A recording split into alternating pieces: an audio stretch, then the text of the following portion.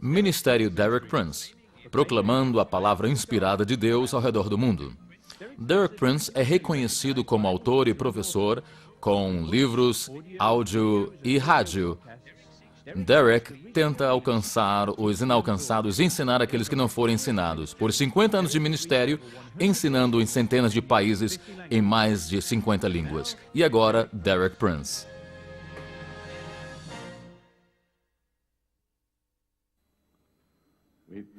Precisamos de entender o significado da palavra ressurreição. A palavra grega significa sair para fora de. Então, ressurreição é sair para fora da morte ou da sepultura. Nas Escrituras encontramos que o homem consiste de 3 elementos: espírito, alma e corpo. É importante entender que o corpo é que morre, e é o corpo que será ressurreto. O espírito e a alma nunca necessitarão de ressuscitar porque não passaram pela morte. Então estamos falando de ressurreição do corpo. Isso é muito importante. Agora, quero falar um pouco nesta manhã sobre o que a Bíblia mostra do que acontece com as pessoas depois que morrem. Tenho descoberto que é um assunto de interesse universal. Não quero saber qual a nacionalidade ou cultura que você pertença, mas todos estão interessados em saber o que acontece depois da morte.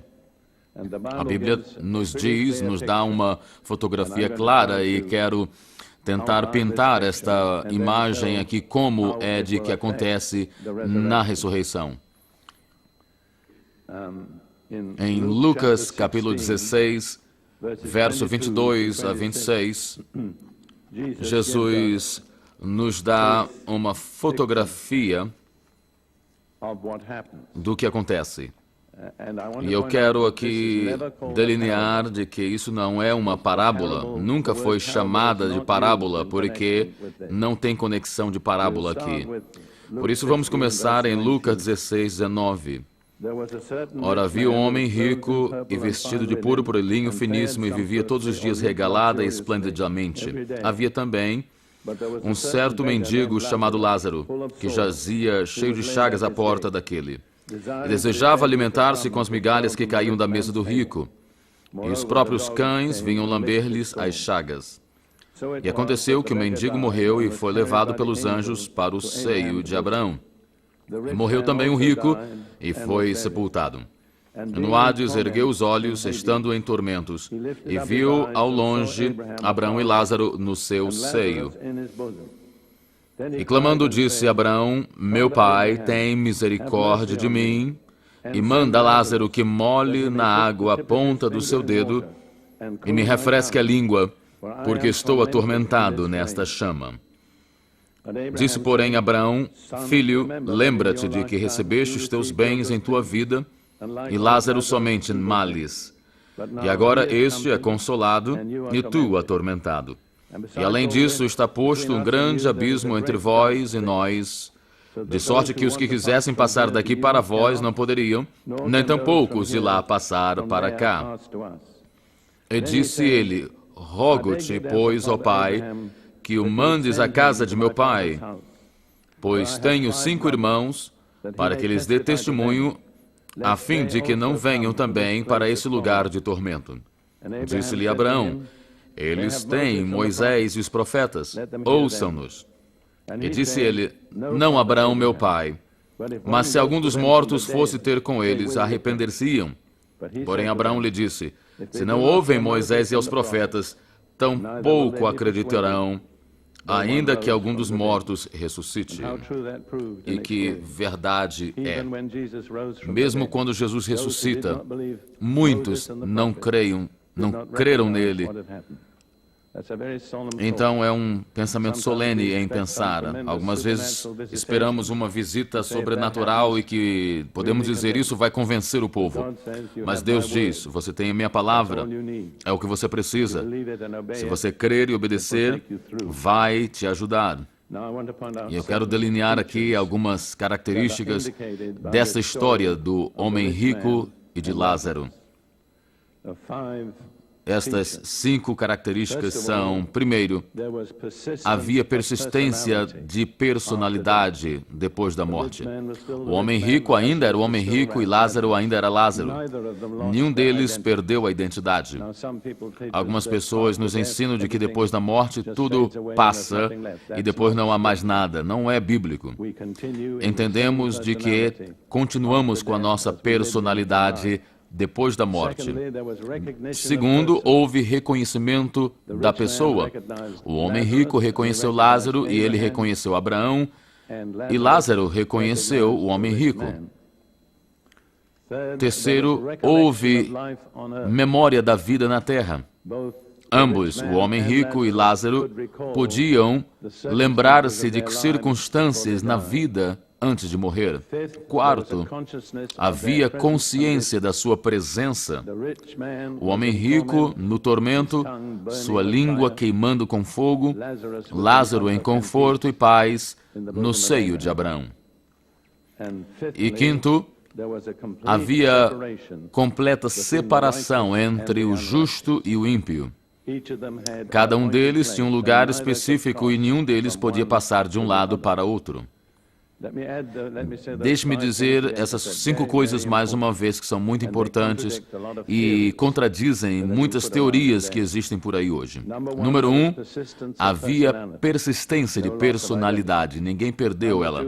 Número 2, houve reconhecimento das pessoas. Número 3, houve memória da vida na terra. Número 4, havia consciência daquela condição presente depois da morte. Número 5, havia separação completa entre o justo e o ímpio. Agora, o que acontece depois da morte ou antes que Jesus morreu e depois que Jesus morreu?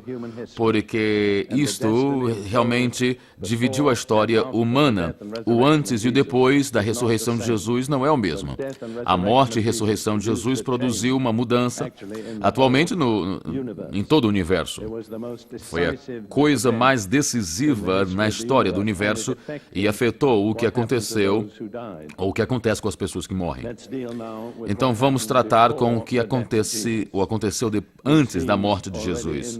Vemos nessa história do homem rico e Lázaro que todas as almas que passaram para a eternidade foram para o que está em hebraico Seol e em grego Hades, e a palavra grega Hades significa o mundo não visto, invisível. Então é tudo a mesma coisa. Para o justo ou o ímpio, passa-se para o reino do Hades ou Seol. Esse era o lugar das pessoas ou das almas que já tinham partido, mas havia ali duas áreas, uma área para o justo, uma área para o ímpio. E note de que todas as pessoas são ou justas ou ímpias. É o que eu falei ontem, não há nada no meio, você não pode estar na metade. Você tem de ser ou um ou outro para ir para um lugar ou para outro. A área para o justo é chamada o seio de Abraão, que creio porque Abraão era o pai de todos que criam, dando bem-vindos e confortando a eles. Essa é a minha compreensão. Agora, o que aconteceu a Jesus quando ele morreu? Jesus foi um homem perfeito e ele também tinha espírito, alma e corpo. E há uma diferença nesta declaração desses 3 elementos na personalidade de Jesus. Em Lucas 23, 46, encontramos aí o que aconteceu com o Espírito de Jesus quando ele morreu. Lucas 23, 46 diz: E, clamando Jesus com grande voz, disse, e eu quero crer de que o que ele clamou está consumado. Ele disse, Pai, nas tuas mãos entrego o meu espírito. E havendo dito isto, expirou. Ele morreu, expirou.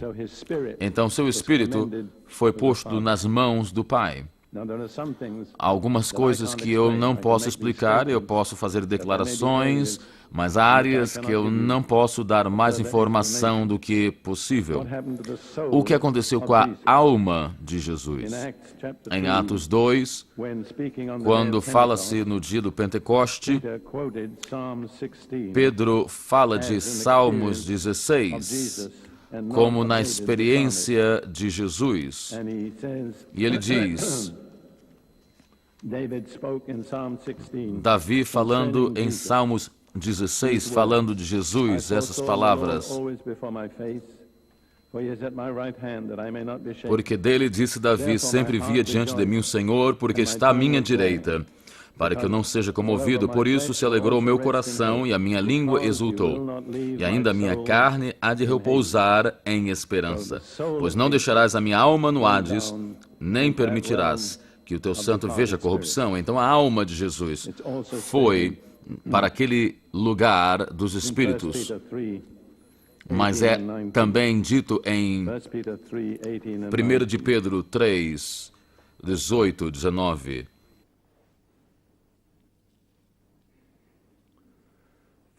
Porque também Cristo padeceu uma vez pelos pecados, o justo pelos injustos, para levar-nos a Deus, mortificado na verdade na carne, mas vivificado pelo Espírito, ou no Espírito, no qual pelo também foi e pregou aos espíritos em prisão, os quais em outro tempo foram rebeldes quanto à longanimidade de Deus esperava nos dias de Noé. Então Jesus foi ao Hades. E aí há detalhes que eu não posso explicar, mas que eu posso dizer o que a Bíblia diz. Ele fez uma proclamação. Essa tradução diz que ele pregou, mas a palavra aí é proclamar, mas não significa de que ele pregou o Evangelho, mas que ele fez uma proclamação. O que eu acho é de que, da agora por diante, eu é que reino aqui. Eu tenho as chaves da morte e do inferno. E vocês têm de responder a mim por tudo que se passa agora aqui. Então essa é a minha teoria, o que eu acho, mas talvez não seja certo. Mas, no enquanto, o corpo de Jesus estava na tumba, em João 19, 40... No verso 40 em diante, lemos o seguinte, depois que ele morreu na cruz. João 19, 40 e 42. Tomaram, pois, o corpo de Jesus e o envolveram em lençóis com as especiarias, como judeus costumam fazer na preparação para o sepulcro. Amarravam o corpo, envolviam o corpo e punham muitos condimentos por causa da decomposição do corpo e por causa do odor. E havia um horto naquele lugar onde fora crucificado, e no horto um sepulcro novo em que ainda ninguém havia sido posto. Ali, pois, puseram Jesus, e não precisamos ler mais, mas podemos então ver do que aconteceu depois da ressurreição. Os apóstolos e as mulheres foram e ali viram de que o corpo não estava lá. Louvado seja o Senhor. Então, o que aconteceu com a personalidade total de Jesus? Ele pôs o seu espírito nas mãos do Pai, a sua alma desceu ao Hades e ele fez uma proclamação lá e provavelmente muitas coisas de seu corpo estava na tumba, mas quando ele ressuscitou, sua personalidade total estava mais uma vez unida, ele estava completo, ele era espírito, alma e corpo. Agora, o que aconteceu pela morte e a ressurreição de Jesus afetou o universo e também determinou o destino das almas na morte. Daquele momento em diante, depois da ressurreição de Jesus, o destino do justo não é mais o Hades. Tem um destino muito mais glorioso e diferente. Vamos ver aqui dois exemplos. Quando eles apedrejaram Estevão e o que é quando ele estava naquele ponto de morrer, em Atos capítulo 7, verso 57 em diante. Mas gritaram com grande voz e taparam os ouvidos e arremeteram unânimes contra ele, expulsando da cidade o apedrejavam, e as testemunhas depuseram suas vestes aos pés de um jovem chamado Saulo, e apedrejaram a Estevão, que em invocação dizia: Senhor Jesus, recebe o meu espírito. Ele sabia de que o seu espírito era para ir para Jesus.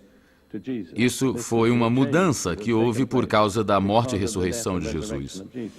E depois, ajoelhando-se, disse: Senhor Jesus, não imputa-lhes os pecados. E tendo isto, adormeceu por causa de Saulo. Se Estevão não tivesse perdoado Saulo, não teria acontecido com Saulo o que aconteceu. Isso foi maravilhoso. E isso acontecia e acontece com todo crente de que foi lavado com o sangue de Jesus. O seu destino na morte para o seu espírito é ascender diretamente para Jesus. Paulo também refere-se a isto em Filipenses 1. Ele diz que ele não sabe o que escolher. Deveria escolher viver aqui ou deveria ir ter com Jesus. E é o que diz em Filipenses 1, 23. Mas de ambos os lados estou aperto, tendo de desejo de partir e estar com Cristo, porque isto é ainda muito melhor. Mas julgo mais necessário, por amor de vós, ficar na carne. Então Paulo estava confiante de que morrer, ele iria ir para Cristo. Isso é uma mudança que foi afetada pela morte e ressurreição de Jesus. E outra coisa que aconteceu, e há algumas coisas que eu posso vos dizer, mas quero crer de que preencher alguns detalhes é impossível para mim. Mas é de que as almas daqueles que partiram, as almas dos justos, que estavam no seio de Abraão, foram libertos. É o que está em Efésios 4. E isso, mais uma vez, é o que está em Efésios, Salmo 68. Então, ele ascendeu acima e levou cativo o cativeiro e deu dons aos homens. Então, meu conhecimento e a minha compreensão de muitos comentadores quando diz de que ele levou cativos cativeiro, é de que ele libertou e levou consigo as almas dos justos que estavam presos.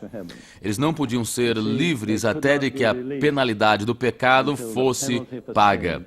Deus aceitou a eles como justos porque tinham tido fé no sacrifício daqueles que foi morto. Mas eles estavam olhando lá na frente o sacrifício da promessa. Então, o sacrifício, uma vez sendo oferecido, e Jesus então tido morrido, ele desceu e foi ao Hades e pegou eles e os levou consigo. É o que eu creio. Levou cativo o cativeiro. É o que eu creio. E então tornaram-se cativos de Jesus, os justos, o que para mim é muito animador. Agora, a próxima coisa que é muito, muito importante é a ressurreição de Jesus. É a garantia da nossa ressurreição. Que significa se formos comprometidos com Jesus. Em Colossenses 1, verso 18, falando aí mais uma vez da ressurreição de Jesus, Paulo diz, ele, Jesus, é a cabeça do corpo da igreja. Então, Jesus é o cabeça e nós somos o corpo. Ele também é o princípio, o primogênito dentre os mortos, para que em tudo tenha a preeminência, ou seja, o primeiro lugar. Então, ele foi o primogênito da morte, ele é a cabeça de toda essa nova criação, ele é a cabeça desta nova raça, essa raça Deus-homem, ou seja, a natureza do homem e de Deus combinadas numa pessoa. Ele é a cabeça do corpo, ele é o primogênito dos mortos, e ressurreição é comparecida com o nascimento da morte. É uma fotografia linda, é um nascimento natural, e que normalmente podemos ver o que sai primeiro no nascimento é a cabeça, certo? Então, o que é que depois vem é o corpo. Então, a ressurreição de Jesus é a garantia de que o seu corpo também vai segui-lo em ressurreição.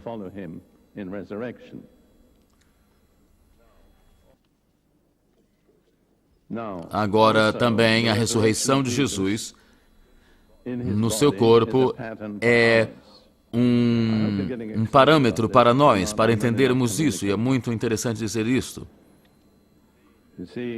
Paulo diz em Filipenses 3, verso 20 e 21, porque a nossa cidade está nos céus, aqueles que nós que vivemos e estamos agora vivendo na terra, mas somos cidadãos dos céus. Se você é um cidadão do céu, ou de um país, digo, você tem um passaporte, não é assim? Então nós temos o passaporte, que é o sangue de Jesus. A nossa cidade está nos céus, de onde também esperamos o Salvador, o Senhor Jesus Cristo. Note aí, uma marca do verdadeiro cristão é de que estamos esperando com vontade o nosso Salvador, que transformará, diz aí, o nosso corpo abatido, para que seja conforme o seu corpo glorioso, segundo o seu eficaz poder de sujeitar também a si todas as coisas. Então aí é tradução, mas não é literal. E se eu te dar a tradução literal, significa o seguinte: ele transformará o corpo da nossa humilhação para que seja conformada com o corpo da sua glória. Talvez você não entenda isso, mas vivemos num corpo de humilhação. Fomos humilhados por causa do pecado. Mas Jesus vai mudar esse corpo de humilhação. Fomos humilhados, mas Jesus vai mudar esse corpo de humilhação na aparência do corpo de sua glória. Isso não é animador, esse corpo vai mudar. Vamos olhar isso um pouquinho mais tarde no nosso estudo.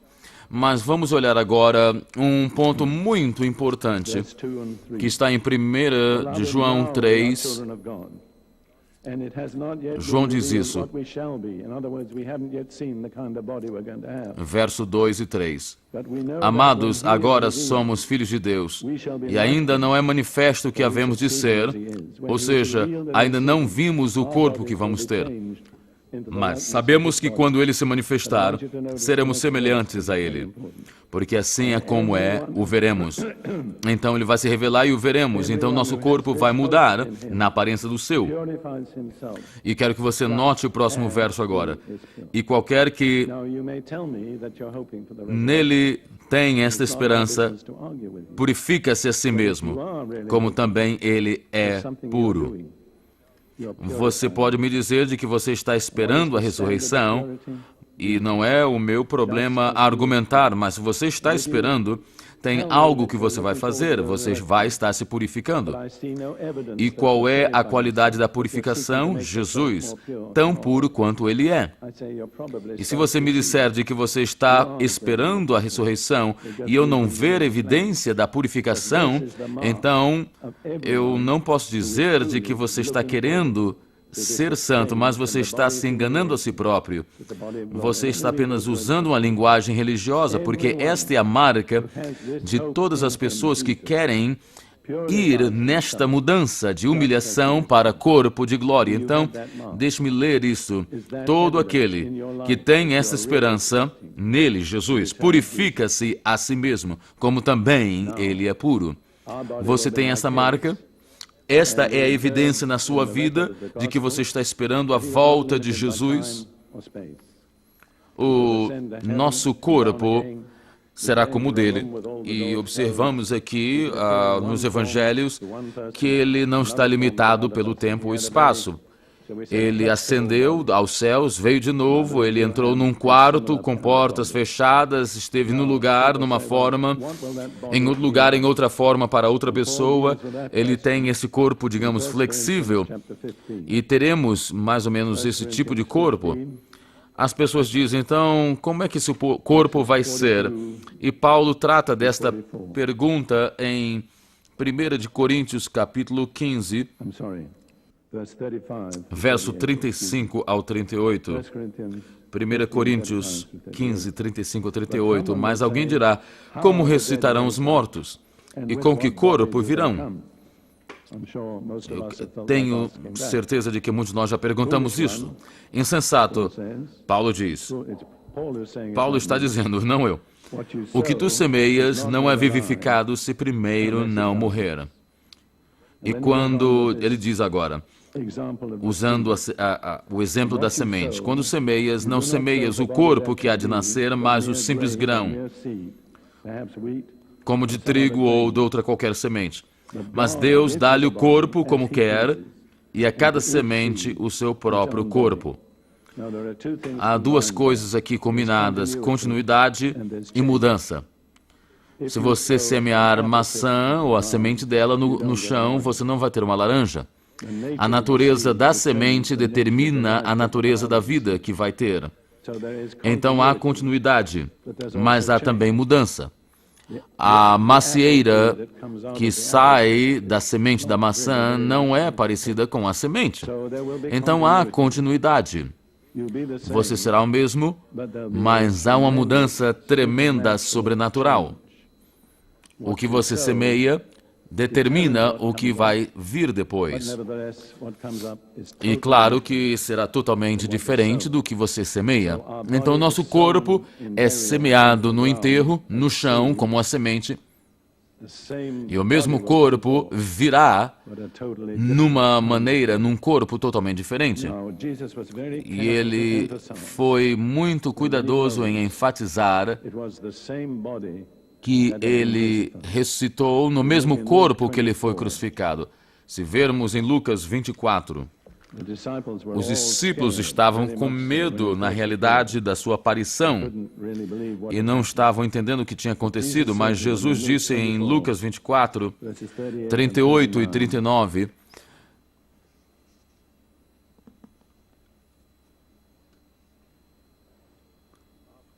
depois de sua ressurreição, por que estáis perturbados?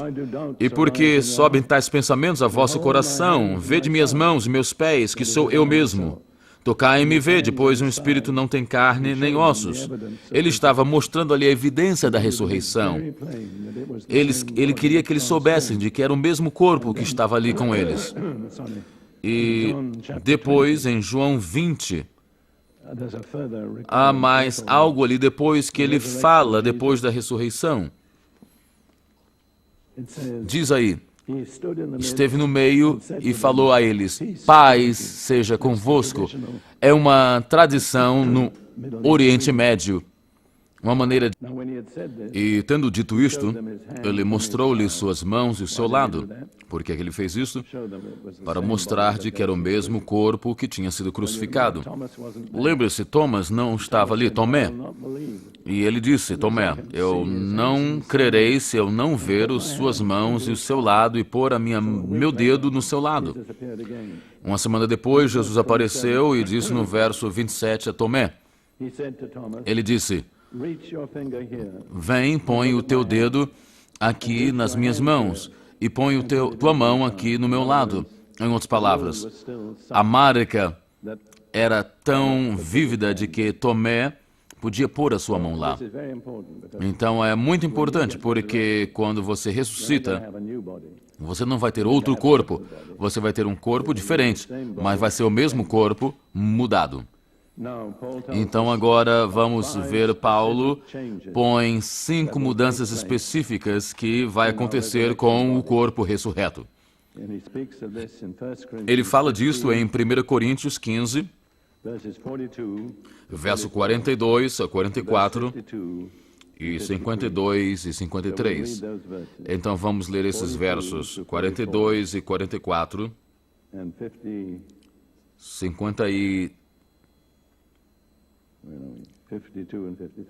52 e 53. Então 42 diz, assim também a ressurreição dos mortos.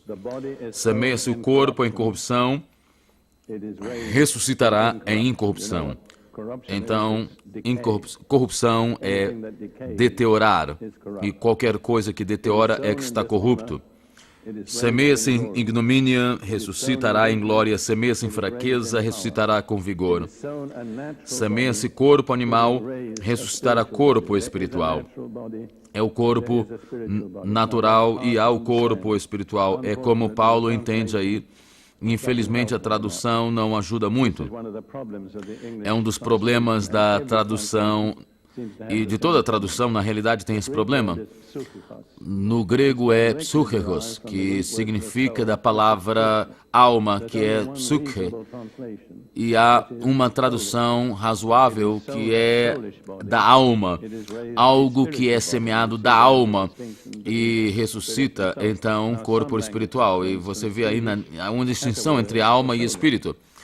E há no sueco, por exemplo, a palavra que significa sueco, ou do dinamarquês, e no inglês, há aí alguma coisa que podemos notar a diferença. Por exemplo, em 1 Coríntios capítulo 2, Paulo diz, o homem que é alma não recebe as coisas que é do Espírito de Deus, mas a tradução diz o homem natural, o homem carnal, etc.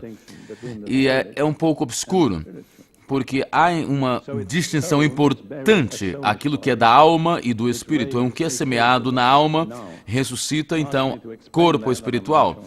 E deixe-me tentar fazer você entender. Eu sugiro de que no nosso corpo presente, a alma faz a decisão. Se eu quero entrar pela porta, minha alma diz, você entra pela porta e os seus pés obedecem. Então, no nosso sentido, o nosso espírito depende da nossa alma. Lembre-se de que Davi disse, a minha alma louve ao Senhor. Então, vamos adiante. Então, o espírito, você vê, se quiser adorar a Deus, mas a alma não responder, então há aí essa situação. Então, a nossa alma precisa fazer algo para que os nossos espíritos façam correto. Então vemos aí esta diferença e talvez não satisfaça a sua curiosidade, mas é o melhor que eu posso traduzir. Mas quando ressuscitarmos o nosso corpo espiritual, então, em outras palavras, o nosso espírito será controlado pelo corpo. Como, eu não posso dizer realmente, mas depois vamos olhar agora então em 1 Coríntios 15, versos 52 e 53, e diz, no momento, no abrir e fechar de olhos ante a última trombeta, a trombeta soará e os mortos ressuscitarão incorruptíveis, e nós seremos transformados. Porque convém que isto que é corruptível se revista da incorruptibilidade, que é mortal se revista da imortalidade. Mortal é aquilo que deteriora, mortal é aquilo que está sujeito a morrer. Então, se você puser essas duas passagens juntas, você vai ver 5 mudanças específicas que vai ocorrer no nosso corpo. De corruptível para incorruptível, sujeito a deteriorar e agora que não vai deteriorar. Mortal para imortal, sujeito da morte para a falta de morte, de desonra para a glória. Então, onde qualquer corpo foi, no sentido, sepultado, tem ali algo que é fraco. E então, se foi uma fraqueza que foi semeada, há poder que sai dali. Então, a Bíblia diz de que ali foi algo que um corpo como alma, então será espiritual. Então deixa eu falar agora do corruptível para incorruptível, do mortal para imortal, da desonra para a glória, da fraqueza para poder e daquilo que é da alma para o espiritual. Então, a ressurreição de Jesus é uma chave absolutamente elementar na doutrina cristã. Não podemos pô-la de lado e chamar-nos de cristãos. Em 1 Coríntios 15, 14, Paulo diz, se Cristo não ressuscitou, logo é vã nossa pregação e também é vã a vossa fé. E no verso 17, se Cristo não ressuscitou, é vã a vossa fé e ainda permaneceis nos vossos pecados. Em outras palavras, os perdões dos nossos pecados é ligado absolutamente à ressurreição de Jesus. Se Jesus não ressuscitou, então o Evangelho é falso, a nossa fé é fútil e estamos em pecados. E podemos ver aí muitos teólogos eminentes e outras pessoas assim, que já, na realidade, negaram a ressurreição do corpo de Jesus. Então, eles não são salvos, porque você não pode ser salvo a não ser que creia na ressurreição física de Jesus. Vamos então a esta atestação da ressurreição de Jesus. Que evidência temos na Bíblia para a ressurreição de Jesus? É um fato interessante, é uma evidência primária. Não é a evidência da testemunha, mas a evidência primária é a evidência das Escrituras. É o que toma prioridade sobre a evidência humana. Vamos ver aí algumas passagens do Velho Testamento que falam sobre a ressurreição de Jesus. E é um assunto de muito critério e gostaria de ter mais tempo para falar sobre isso. Mas a primeira declaração é o que está em 1 de Pedro 1, 10 a 12. Da salvação inquiriram e trataram diligentemente os profetas que profetizaram da graça que vos foi dada. Indagando que tempo ou que ocasião de tempo o Espírito de Cristo que estava neles indicava anteriormente, testificando os sofrimentos que a Cristo haviam de vir e a glória que se lhes havia de seguir, aos quais foi revelado que não para si mesmos, mas para nós, eles ministravam estas coisas que agora vos foram anunciadas por aqueles que pelo Espírito Santo enviado do céu vos pregaram o Evangelho. Então todo o Velho Testamento tinha agora esta dinâmica. Era uma dinâmica muito interessante. O Espírito de Cristo, do Messias, estava neles. Então, nesta inspiração, eles falaram da primeira pessoa que haveriam de vir e as coisas que haveriam de acontecer com ele. E isso deveria ser difícil. Eu não sei como me pôr na pessoa desses profetas do Antigo Testamento, porque era algo extraordinário de que eles estavam falando, de que nunca acontecera antes. Em Salmos 22, 16. E verso 16, é o que se chama um salmo messiânico, algo que se revela acerca do Messias. Salmos 22, 16, Davi fala na primeira pessoa: me rodearam cães, o ajuntamento de malfeitores me cercou, transpassaram-me as mãos e os pés. Mas nunca aconteceu a ele? Então, como é que você acha de que ele se sentiu quando falou isso? Eu não tenho ideia. Mas foi inspirado pelo Espírito de Cristo nele. Então, ele falou na primeira pessoa como algo que estava acontecendo ao Messias, mas não aconteceu a ele. E depois vamos a Isaías 50. E eu posso falar de muitos outros exemplos, mas estou falando de 2 exemplos para vocês. 50, verso 6. As costas dou aos que me ferem, a face aos que me arrancam os cabelos. Não escondo a cara ou a face dos que me afrontam e me cospem. Não aconteceu a ele, nem a vida dele. Mas aconteceu no ministério de Jesus. Pode entender o que eu estou dizendo? Era o Espírito do Messias neles, pelo Espírito Santo, que predisse o que aconteceria ao Messias, a Jesus, mas não aconteceu a eles. Então, na realidade, eles estavam procurando o tempo de que aconteceria isso. Eu maravilho da fé desses homens. E eu agradeço a Deus, porque é a primeira confirmação da ressurreição de Cristo, que foi predito nas Escrituras. Em Salmos 16, que foi falado pelo apóstolo Pedro, temos aí o que é que foi dito pela morte e ressurreição de Jesus. No verso 8, Salmo 16, que diz o seguinte: tenho posto o Senhor continuamente diante de mim, por isso Ele está à minha mão direita. Então, eles falaram alguma coisa ali que era verdadeiro, mas ele se transpõe a algo que é além de si. E ele diz: o meu coração está alegre e a minha glória se alegra. E se você quiser ir a Atos 2, 26, você vai ver ali o que é glória. Pedro diz: a minha língua se regozija. Entende? Eu já falei sobre isso. A tua língua é a tua glória, é um membro que foi posto na tua boca para glorificar a Deus. Então ele diz: o meu coração está alegre, a minha glória se regozija, a minha carne também estará em esperança. Em outras palavras, mesmo de que eu seja enterrado, eu terei a esperança da ressurreição.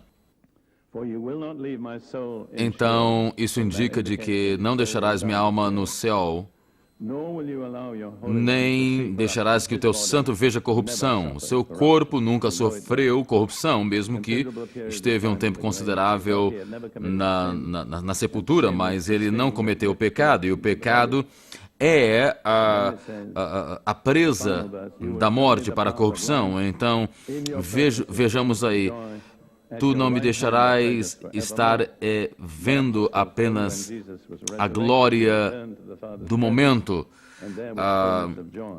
Jesus, quando ressuscitou, ele voltou ao Pai, à presença do Pai, e a sua alegria foi completa, o que diz em Salmos 71, verso 20 ao 21.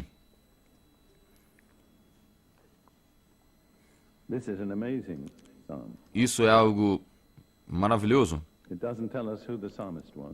Não diz quem é o salmista aqui, mas você pode olhar o panorama ali. Tu que me tens feito, diz, muitos males e angústias. Me darás ainda a vida e me tirarás dos abismos da terra. Mas isso não aconteceu com nenhum salmista? Aumentarás a minha grandeza e de novo me consolarás. Então isso aplica-se apenas a Jesus. Ele foi sepultado, ressuscitou, saiu e a sua grandeza aumentou. Ele tornou-se no dono de todas as coisas. Nunca aconteceu com o salmista. Aconteceu com Jesus. É o Espírito do Messias neles, testificando de antemão das coisas que aconteceriam. E quando você absorve essa verdade, é a atestação mais poderosa da realidade da ressurreição de Jesus. E há mais uma passagem interessante que Paulo diz em 1 Coríntios. Ele fala do Evangelho que consiste de 3 fatos. E olhamos isso no outro dia. Jesus morreu, de acordo com as Escrituras. Ele foi sepultado e saiu da morte ou ressuscitou ao terceiro dia, de acordo com as Escrituras. E você nunca perguntou a si próprio quais Escrituras. E eu encontrei uma Escritura que é muito interessante, de que vai mais além do que o contexto, que está em Oséias 6. Diz aí: vinde e tornemos para o Senhor, porque Ele despedaçou e nos sarará. Fez a ferida e a ligará. Depois de 2 dias, nos dará vida. Ao terceiro dia, nos ressuscitará e viveremos diante dele.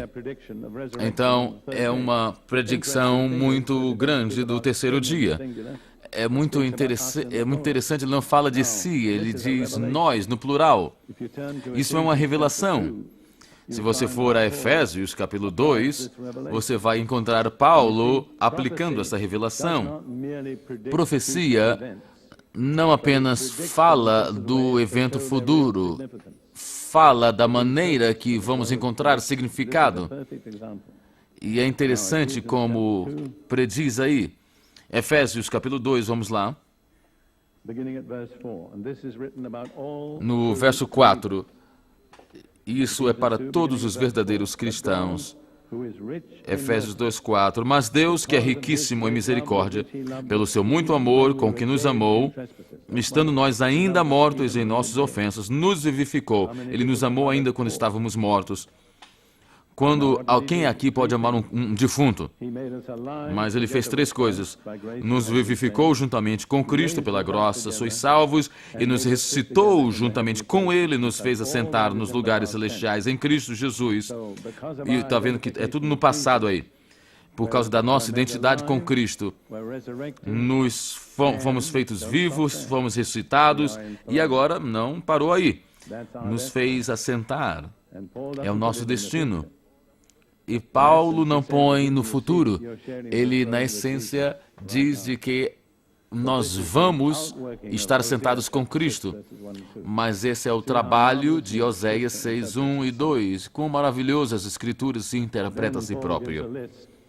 Então, Paulo dá uma lista de testemunhas oculares, que não é irrelevante, mas é secundário. Em 1 Coríntios 15, 5 a 8. No 4 diz que ele foi sepultado, ressuscitou ao 3º dia, e aos 5 diz foi visto por Cefas, que é Pedro, e depois pelos 12, e depois foi visto por mais de 500 irmãos, da qual a maior parte ainda vive, mas alguns também já morreram, que significa de que eram novos quando os viram, e depois foi visto por Tiago, depois por todos os apóstolos, e depois, por último, por mim também, que sou um abortivo. É uma lista das pessoas que foram testemunhas oculares, e de acordo com testemunho, de acordo com os judeus, 1 ou 2 é suficiente para pôr ali de acordo com a lei, mas Deus dá muitas e muitas testemunhas da ressurreição de Jesus. E agora eu gostaria de falar da importância da ressurreição. Não podemos sobreestimar a importância da ressurreição de Jesus. É um ato decisivo da história do universo. Toda a história do universo, não apenas da raça humana, mas revolve ao redor da ressurreição de Jesus. Primeiro, porque era a vindicação de Jesus por Deus. Lembre, 2 cortes tinham condenado ele à morte, secular, a romana, e depois a religiosa, a judaica. E quando foi sepultado, estava debaixo de condenação, mas quando ressuscitou, Deus vindicou o seu Filho. Isso está expresso em Romanos 1, 3 a 4. Falando do seu Filho Jesus Cristo, nosso Senhor, que veio de acordo com a semente de Davi, que foi tido como em carne, declarado Filho de Deus, e o seu poder de acordo com o Espírito da Santidade. Então, os judeus aí falam aí do Espírito da Santidade. Os judeus falam do Espírito da Santidade, falando do Espírito Santo. Alguns tradutores falam de Paulo aí, dizendo no grego, declarado Filho de Deus pelo poder do Espírito Santo, do Espírito da ressurreição dos mortos. Então Jesus saiu da tumba revertendo as decisões injustas, vindicando o meu filho, porque ele nunca pecou, ele não foi causa de morte, e pelo Espírito Santo eu o ressuscitei. Então, a ressurreição de Jesus é a base para a nossa justificação. Se ele não tivesse ressuscitado, estaríamos em pecado. Paulo diz em Romanos 4, 25,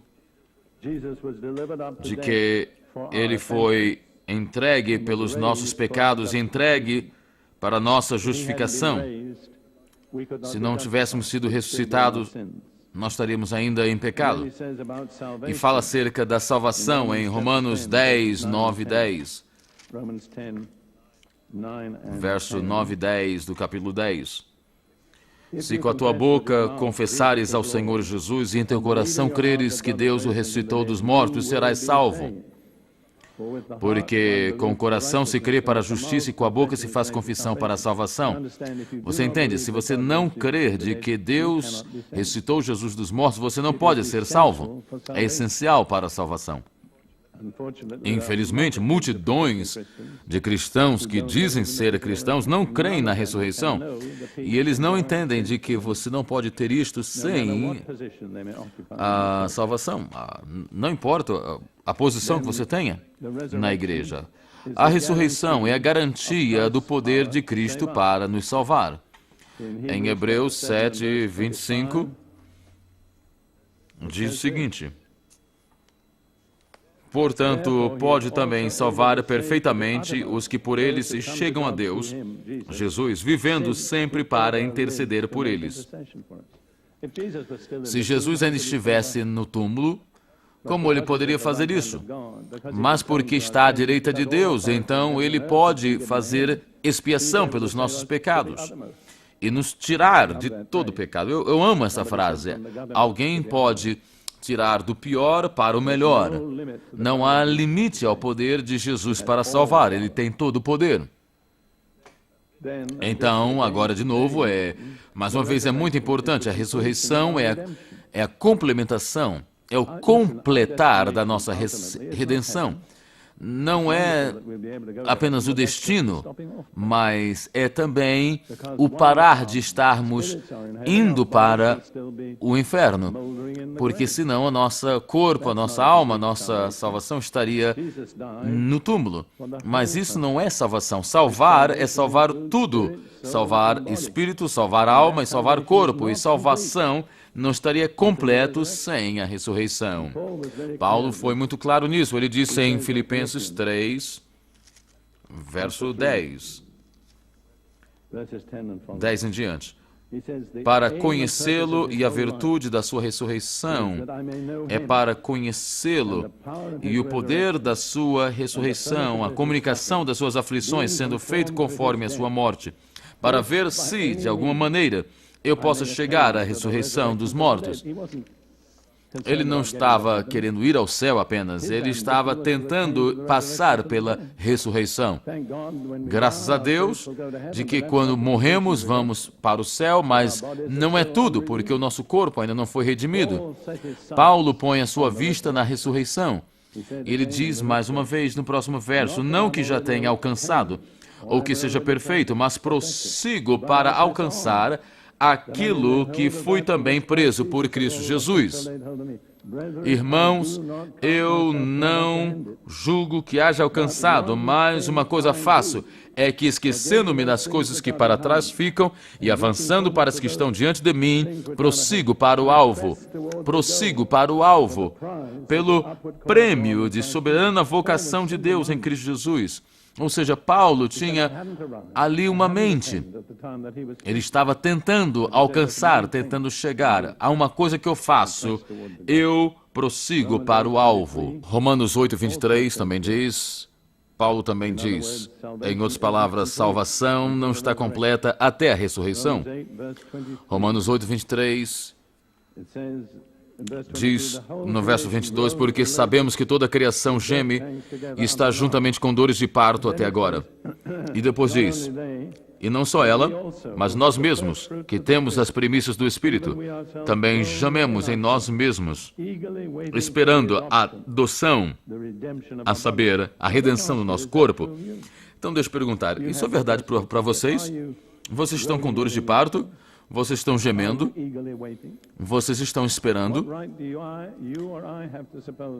Que direito temos eu e você para que Deus nos leve ou nos ponha em outro nível? O batismo no Espírito Santo não é dado para termos um bom tempo, mas para nos preparar para aquilo que está diante de nós. Eu sinto tanta solenidade nesse momento agora. E a próxima coisa que eu gostaria de falar sobre ressurreição é a consumação da nossa união com Jesus. 1 Tessalonicenses 4:17 diz o seguinte, e nós que estivermos vivos, seremos arrebatados juntamente com eles nas nuvens a encontrar o Senhor nos ares. E assim, veja aí, há duas palavras no grego para ar. A primeira é aquilo que fala do ar que está lá em cima e depois aquela que está aqui na face da terra. A palavra aí também vemos que aquilo que está lá longe. Nós que estivermos vivos seremos arrebatados juntamente com eles nas nuvens, a encontrar o Senhor nos ares. E assim estaremos sempre com o Senhor. Depois disso, não há mais separação. Estaremos sempre com o Senhor. Estaremos sempre um com o outro. Agora eu tenho de dizer isto. A ressurreição estará em 3 fases. 1 Coríntios 15, 22, verso 22.